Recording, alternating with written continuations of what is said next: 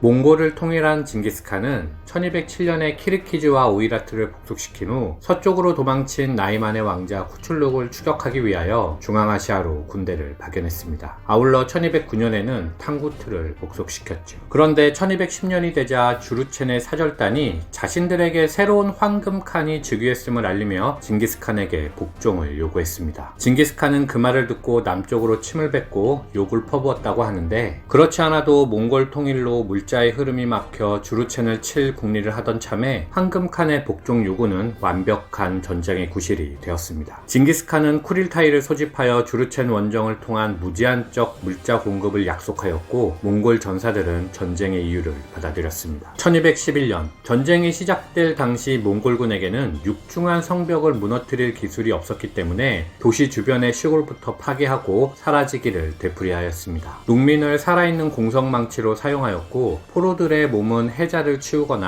적이 만든 구덩이를 덮어 길을 내는 데 사용했죠. 주루첸족과 백성들은 도시 안에 갇힌 채 굶어 죽어갔습니다. 몽골군은 주루첸 영토 전체에서 전쟁을 진행한 것이었죠. 그리고 3년 후인 1214년 마침내 징기스칸은 중도를 포위하였고, 황금칸은 자신을 징기스칸의 봉신으로 인정하였습니다. 하지만 몽골군이 돌아가자 주루첸은 약속을 어기고 남쪽 카이펑으로 옮겨갔죠. 1215년 징기스칸은 중도로 돌아와 그곳을 폐허로 만들어버리고 물자를 챙긴 후 고향으로 돌아갔습니다. 이제 몽골에는 중국으로부터 화려한 비단이 강물처럼 밀려들게 되었고, 몽골인이 상상할 수 있는 모든 물건의 조달이 가능해졌죠.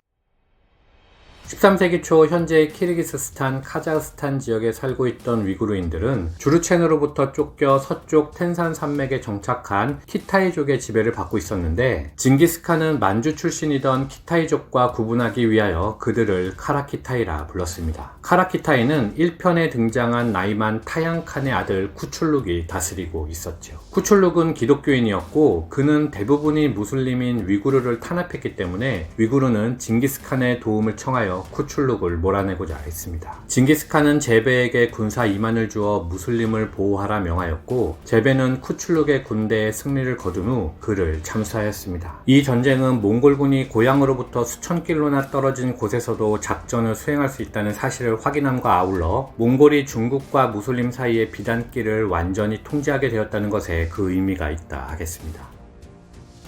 화레즘 원정을 살펴보기 전에 후계자 계승 문제를 간략히 짚고 넘어가도록 하겠습니다. 몽골에서는 죽음을 이야기하거나 준비하는 것에 대한 강한 금기가 있었음에도 불구하고 60세를 바라보는 징기스칸은 후계자를 결정하기 위하여 쿠릴타이를 열었고, 장남 주치에게 먼저 발언권을 주었습니다. 몽골에서는 순서의 상징적 의미가 있었기 때문에 주치가 유력한 대칸 후보가 된 것이었죠. 하지만 둘째 차가타이가 주치의 출생 문제를 들어 이의를 제기했습니다. 결국 이 둘의 싸움 끝에 데칸은 셋째 우구데이의 차지가 되었죠. 저는 시간 관계상 짧게 언급하였지만 후계자 선정 과정에서 주치와 차가타이의 감정의 골은 상당히 깊어졌다고 볼 수 있고, 제국 분열의 전조는 화레즘 정벌 이전에 이미 발생하였다는 점에서 이 일화는 몽골 역사에서 대단히 중요한 사건으로 평가되고 있습니다.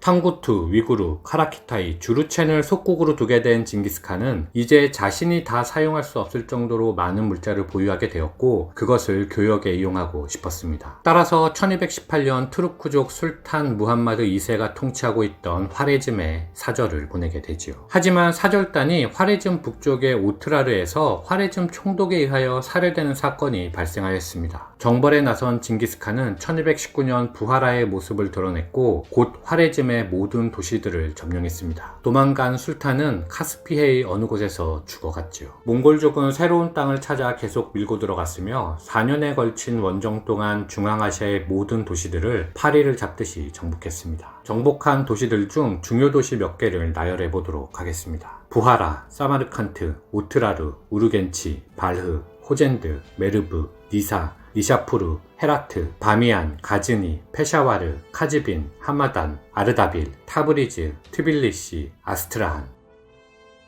중동 원정에서 돌아온 징기스칸은 몽골의 속국이었음에도 불구하고 화레즘 공격 때 지원군을 보내지 않았던 탕구투를 정벌하기 위하여 새로운 원정을 시작했습니다. 징기스칸의 속내는 탕구투 정벌로 그곳에 기지를 세우고 최종적으로는 송나라를 칠 생각이었죠. 하지만 징기스칸은 탕구투 원정 승리를 불과 며칠 남겨놓고 사망하였습니다. 몽골 비사는 그가 여름이 끝날 때 분명히 죽었다고 밝히고 징기스칸이 당시 탄 말까지 하나하나 자세하게 묘사하면서도 그의 죽음의 정황에 대해서는 전혀 언급하고 있지 않습니다. 1229년 새로운 데칸 우구데이가 즉위하였습니다. 그는 아버지가 생각했던 것과 달리 수도로 카라코름을 선택했고 우구데이는 이후 약 5년에 걸쳐 아버지의 부를 모두 탕진해버렸습니다. 따라서 몽골은 다시 약탈 목표를 정해야 했고 1235년 우구데이는 쿠릴타이를 소집했습니다. 여기서 수베데이가 대규모 원정군을 조직하여 유럽으로 나아가자고 주장하였죠. 그는 화레즘 정벌 때 도망친 술탄을 추적하기 위하여 유럽에서 전투를 치른 경험이 있었기 때문에 그들을 쉽게 물리칠 수 있다고 자신했습니다. 그리고 주치 집안이 거들었습니다. 그들은 서쪽 끝 초원지대에 살면서 볼가강 주변, 즉 수베데이가 예전에 정복했던 땅을 상속받았기 때문이었죠. 주치가 죽은 뒤 그의 둘째 아들 바투는 유능하다는 평판이 자자했기 때문에 차기에는 그가 데칸이 될 가능성이 있었습니다. 반면 우구데이는 자기의 아들이 아닌 바투가 데칸이 되는 것을 지켜볼 수 없었기 때문에 유럽 원정에 반대하고 송나라 원정을 주장하였죠. 송나라는 약탈할 것이 많았을 뿐만 아니라 몇 년 전 송나라로 가는 길목을 차지하고 있던 막내 톨루이가 사망하여 그곳의 땅과 군사를 모두 차지하고 싶기도 했기 때문이었습니다. 논쟁을 계속하던 제국은 송나라 공격은 우구데이의 아들들이 맡고 유럽 원정은 바투와 수베데이가 맡아서 송과 유럽을 동시에 공격하는 전례 없는 결정을 하였습니다. 이 결정은 좋은 판단은 아니었습니다. 몽골군은 송나라와 전투하여 여러 차례 승리하기는 했지만 그들은 비틀거리면서도 40년을 더 버티고 나서야 항복했으니까요. 집중력 분산과 수베데이의 부재는 송나라 정복을 어렵게 만든 주요 원인이었습니다. 반면 유럽 원정은 대성공을 거뒀습니다. 유럽 침공군은 몽골군 약 5만과 동맹군 10만으로 이루어졌는데 징기스칸의 가장 똑똑하고 유능한 두 손자 바투와 뭉케는 서로 협력하여 유럽 원정을 지휘했습니다. 아울러 초원의 늙은 사냥꾼 수베데이의 존재는 두 젊은 지휘관을 든든하게 해주었습니다. 1236년 수베데이는 불가리아인이 차지하고 있던 볼가강을 공격했고 뭉케는 남쪽의 킵착 투르크를 치러 갔으며 이후 몽골군은 보시는 것과 같이 약 3년 동안 현재의 러시아와 우크라이나 지역을 가로지르며 전쟁을 치렀습니다. 몽골의 전투 방식은 늘 똑같았습니다. 먼저 항복하여 데칸의 봉신이 될 것을 요구한 후 상대가 동의하면 권력과 신앙의 자유를 허용했지만 만약 거부하면 도시는 완전히 파괴되는 시기였습니다.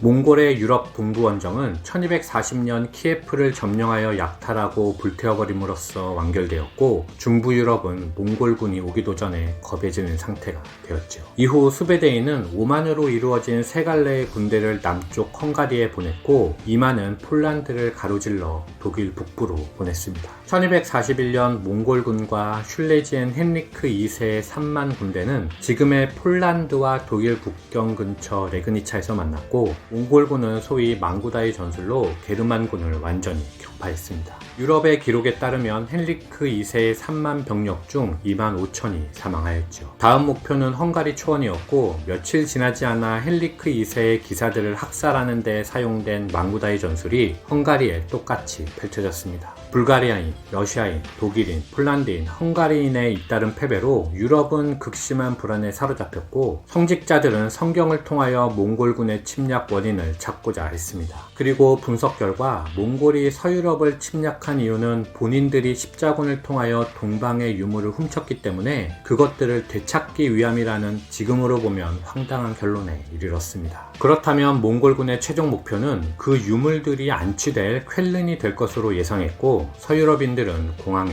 빠졌죠. 하지만 몽골군은 헝가리를 괴멸시킨 후 왕 벨라 4세를 쫓아 남쪽 아드리아해로 향하였습니다. 그것을 본 성직자들은 몽골군은 바빌론 유수 때 돌아가지 못한 유대인 무리라고 생각했고, 이 일련의 터무니없는 생각들이 당시 유럽에서 유대인 학살로 이어진 원인이라 하겠습니다. 그리고 1241년 12월 우구데이가 죽었다는 소식이 전해지자 징기스칸의 손자들은 다음 대칸이 되기 위하여 고향으로 돌아갔습니다.